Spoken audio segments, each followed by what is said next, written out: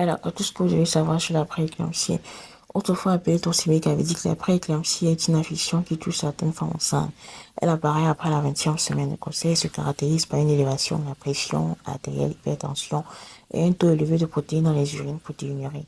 La femme enceinte présente une pression artérielle systolique supérieure à 140, une pression artérielle diastolique à plus de 90. La prééclampsie est considérée comme sévère lorsque la prééclampsie systolique dépasse les 160, la prééclampsie diastolique dépasse les 110. En fonction de l'âge de la grossesse, les signes et symptômes ont distingué la prééclampsie légère, la prééclampsie sévère et la prééclampsie surajoutée.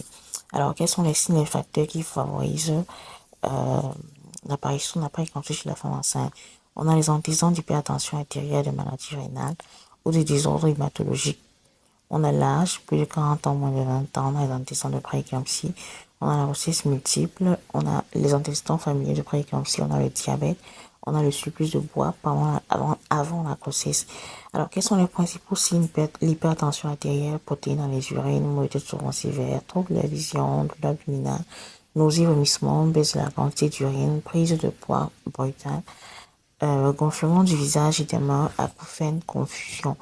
Les complications de la prééclampsie chez la mère pouvant avoir l'accident vasculaire cérébral AVC, l'éclampsie, les problèmes rénaux hépatiques neurologiques, le syndrome de HELP.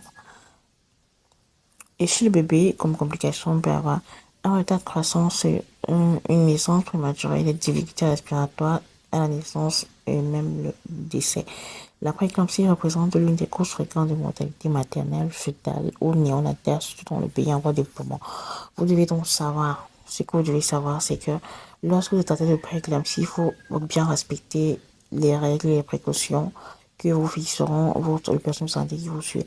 Et si possible, faites-vous accompagner par un personnel de santé en ligne. Voilà, c'est très important parce que la prééclampsie a des graves complications tant sur vous que sur le bébé et peut même nuire à son bon développement.